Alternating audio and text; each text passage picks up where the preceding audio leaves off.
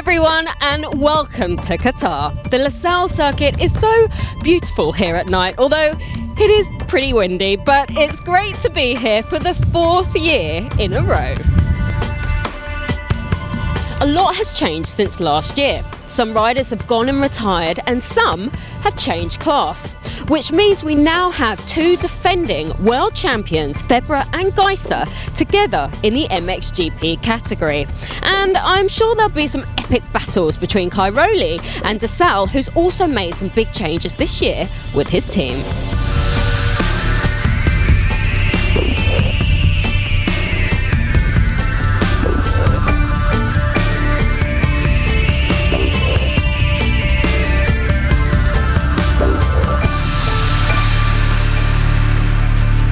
We are starting a brand new season with 19 rounds. The Monster Energy MXGP of USA remains, but this year we also have the Monster Energy MXGP of Americas in Charlotte. The Motocross of Nations will be in Maggiore, Italy.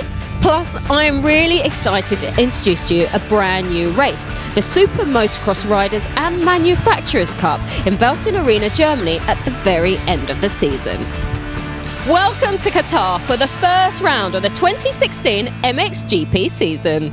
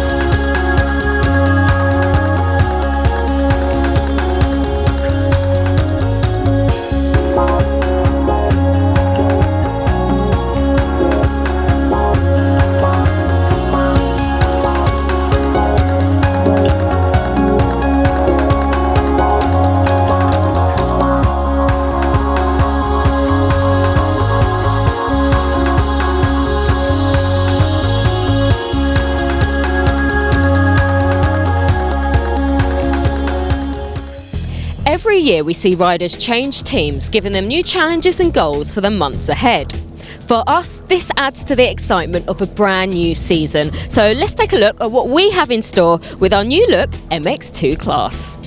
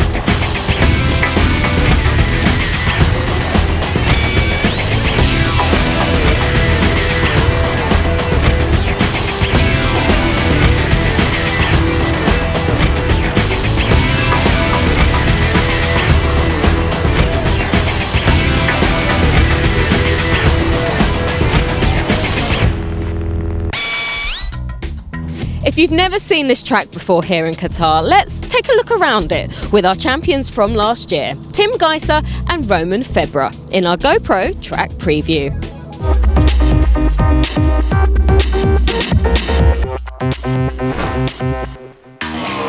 Romain Febvre, MXGP, Monster Energy Yamaha Factory MXGP team. Team Geyser, MXGP, riding for Honda Garibaldi Racing Team.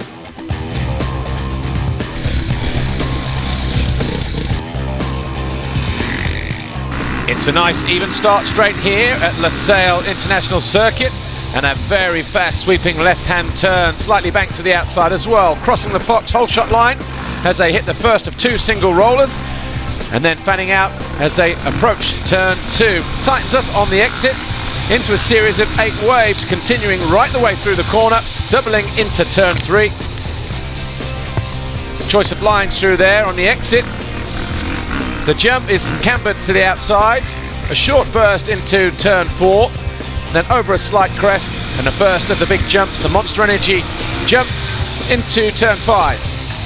A 180-degree right-hand turn takes the riders under the Ippon banner, over a small single, and this next left-hander isn't as off-cambered as it used to be. It's a little bit flatter now. 180 degrees though. Short straight into this next right, and then down the back straight over another Monster Energy tabletop, landing hard on the brakes to make the tight right that follows.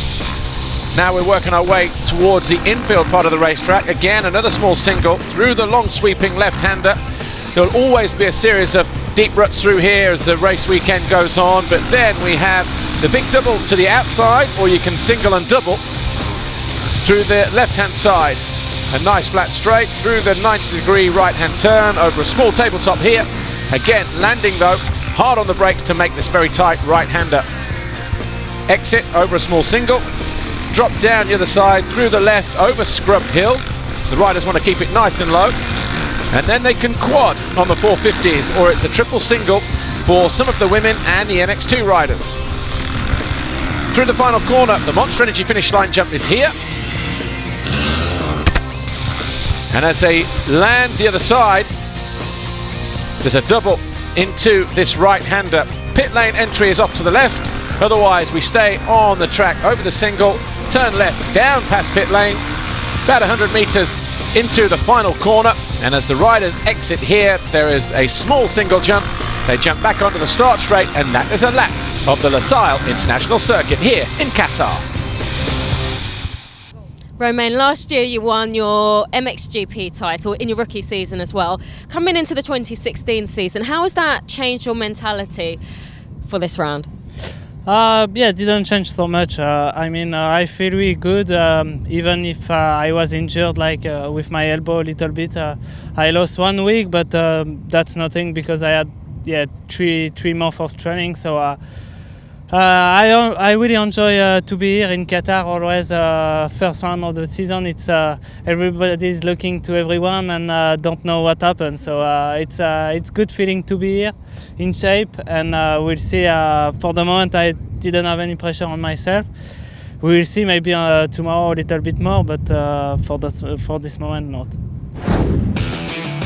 The first qualifying race of the year was won by Jeffrey Hurlings, with Dylan Ferrandis and Paul Jonas rounding out the top 3. Jeremy Siwa qualified in 4th ahead of Benoit Paturel and Petar Petrov.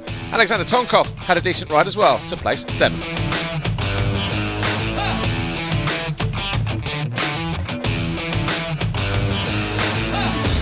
When the gate dropped, Dylan Ferrandis tried to make an early anticipation and lost out a little bit as Paul Jonas stole the foxhole shot ahead of Davy Puchis. Ferrandis recovered well though and was soon into 2nd position. By turn 3, the Frenchman was leading as Jeremy Siwa went round the outside of everybody else and moved into 2nd. Siwa then challenged towards the end of the opening lap and found himself leading as Hurlings went through on his teammate Jonas to move into 3rd.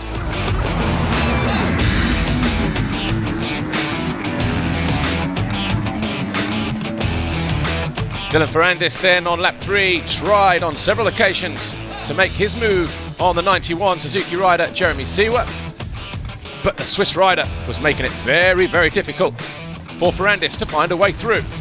Eventually though, Ferrandis did go through after a mistake from the 91, and that was on lap 3. Soon after, Jeffrey Hurlings also went through with this aggressive move towards the end of the same lap.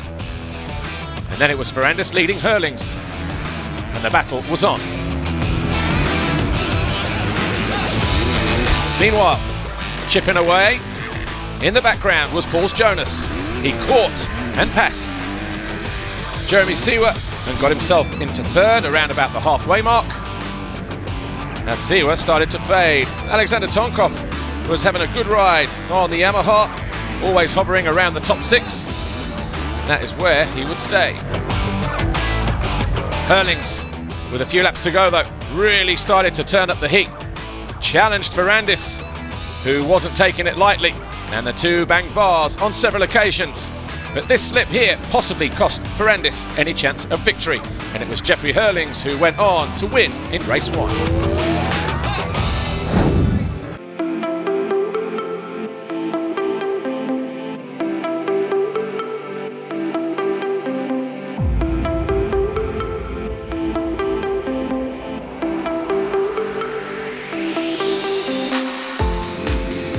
MX2 race 2, and a much better start for Dylan Ferrandis on the Kawasaki, this time taking the Fox hole shot as Max Anstey was buried on the Husqvarna. Paul Jonas was neatly into second position as Samuele Bernardini jumped out of the track on the exit of turn 1. Jeffrey Hurlings though this time didn't waste any time making his way to the front and passed Ferrandis by the time they'd reached turn 3. Seewer was well placed again, and so too was Petr Petrov in 5th on the 152 Kawasaki, but Max Anstey got caught out, went down and would withdraw from the race. Jeremy Seewer fell from 4th, dropped down to 8th and had a bit of a tussle on his hands to make it back towards the front. He found a way past Benoit Paturel, who then fell, and then he went after Tonkov as they battled for 5th place. A few mistakes along the way though, that Jeremy Seewer was having a very difficult second race. He eventually found his way through into 4th, but nobody counted on the challenge from the 172 Khmer Yamaha rider of Brent Van Donnick. He found his way past Petr Petrov, and a mistake from Jeremy Seewer allowed the Belgian to move into 4th. What was a good ride through the field for the Yamaha rider. Paul Jonas though was comfortable in moto number 2, just like he was in race 1, and settled for a solid 3rd place behind Dylan Ferrandis, who had to settle for 2 second place finishes. But once more it was the bullet, Jeffrey Hurlings, who was on fire in the desert of Qatar and went on to win moto number 2 as well, make it a perfect day at round 1. Your overall then looks like this: Jeffrey Hurlings, Dylan Ferrandis, Paul Jonas, your top 3, with Jeremy Seewer and Brent Van Donnick rounding out the top 5. But what a great start to the new season for the Red Bull KTM of Jeffrey Hurlings. He now heads to round 2 in Thailand with the red plate.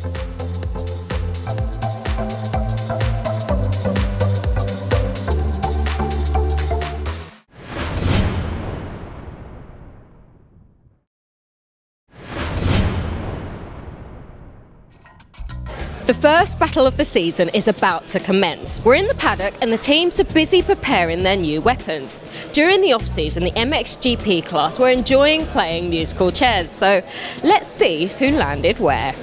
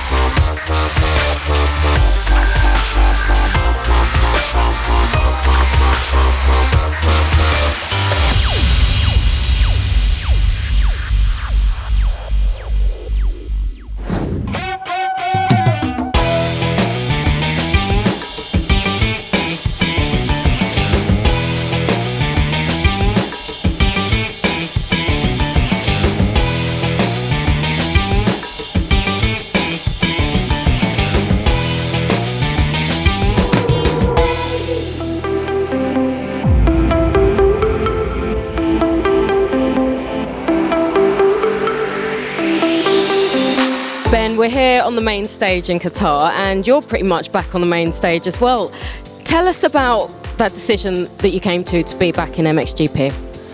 Yeah, well, it goes back probably about a year ago, really. Just about a year ago, I took about 3 years off of racing, and I'd been pretty injury plagued for a few years, and just got to the point where mentally and physically I didn't want to continue racing. And then about this time last year, I decided to do a race, and I really enjoyed it. It went really well, and had a blast. And then it just all started to sort of sink in that I really had some unfinished business, and if I could get an opportunity to have a crack at the World Championship again with a good team, then I'd give it a go, and yeah, that's where we sit here today. I guess your focus changes, doesn't it? And of course your relationship with Stefan Everts, what's that like to see bring the team together and having him as your mentor?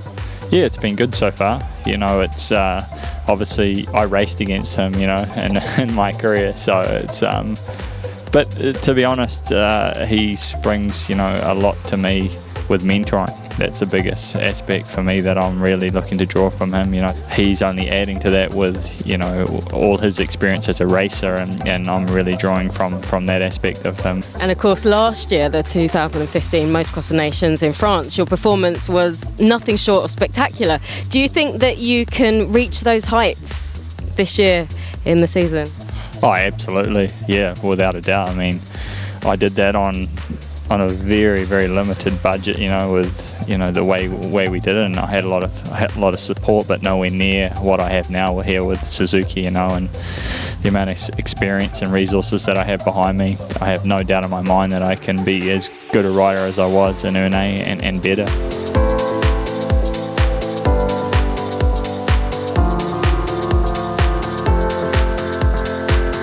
Tony, we have former MX2 world champion back in the MXGP class, Ben Townley. What are your thoughts on that? Yeah, you know, it's amazing to have him back. He's such a great champion. And when I was starting the series, the World Championship, he was already on top and winning the championship. So for me, I was not at his level on that time. So you know, I was a fan of him because he was coming from far, same as me a little bit. I mean, always happy to see someone who's experienced like this who can make the surprise. It brings some good energy to the MXGP. Really looking forward. He's a great guy. He deserves it. Yeah, he want to try it one more time, let's say, and yeah, it's good for him because he had bad injuries in the past. So maybe he can finish the season with in a good way. Okay, thanks for that, Max. Let's see how Max and Ben both get on in MXGP.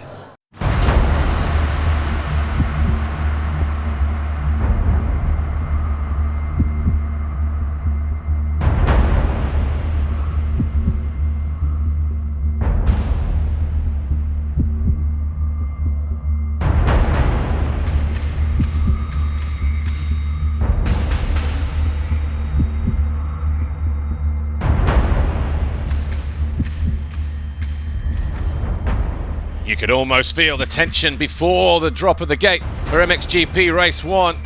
And by the time the riders reached the first corner, it was Evgeny Bobryshev who grabbed the foxhole shot. Behind him, his teammate Gauthier Paulin buried behind Tony Cairoli in around about 8th place. Romain Febvre, the defending champion, got off to a good start and wasted no time getting into 3rd with that pass on Glenn Koldenoff as Valentin Guillot, the rookie, fell down on the opening lap. Up front though, it was Bobryshev for HRC Honda, Tim Geiser, his junior teammate over at Garibaldi, and Romain Febvre at the top 3 as Sean Simpson was well placed in 7th on the number 24 KTM. Gauthier Paulin though struggling to find a good rhythm in the opening race as he fended off Kevin Strybos and Tommy Searle. Clement de Saux, riding with a broken arm, was just circulating, picking up points, but the battle was up the front. Tim Geiser, the rookie, and the 2015 MX2 world champion going after Evgeny Bobryshev.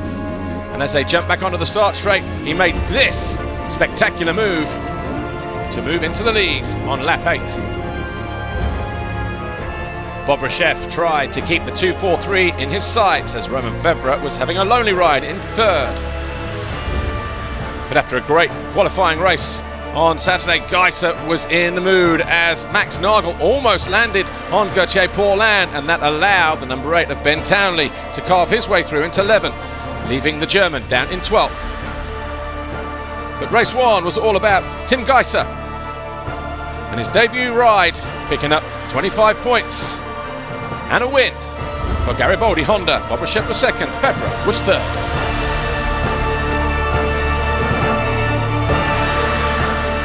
And for Team Honda, celebrations down at the winner's circle.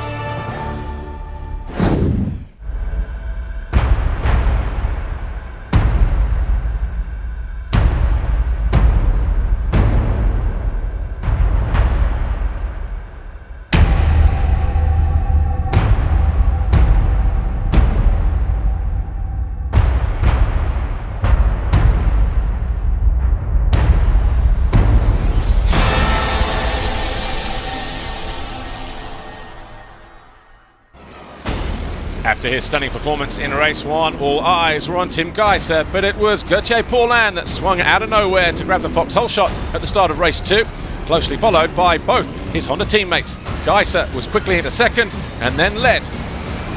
But for Gauthier Paulin, his race would come to an abrupt end during lap 2. Over on the left, the bike gave up, and Gauthier Paulin would pick up no points in the second race in Qatar.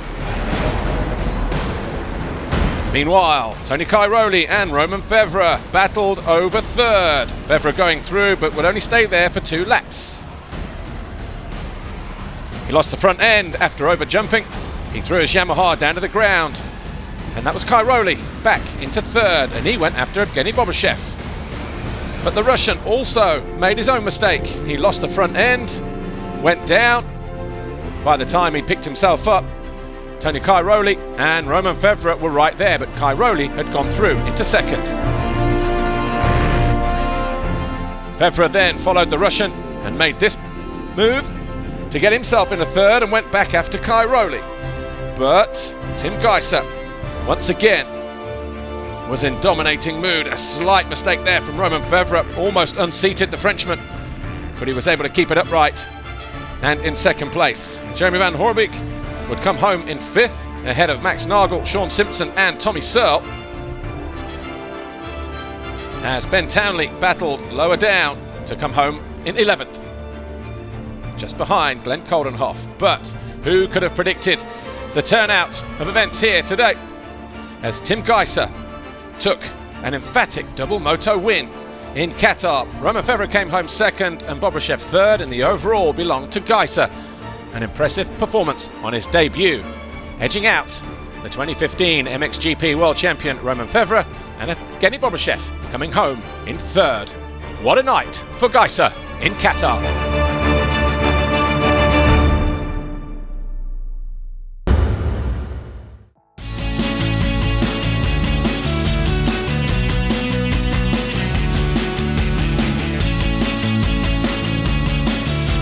The track here in Qatar is now at peace and the lights are soon to be dimmed. Teams and riders now head to Southeast Asia, where they will face the opposite of conditions. Will our MXGP rookie Tim Geiser reach the same heights as he did here? All will be revealed in round 2, the MXGP of Thailand.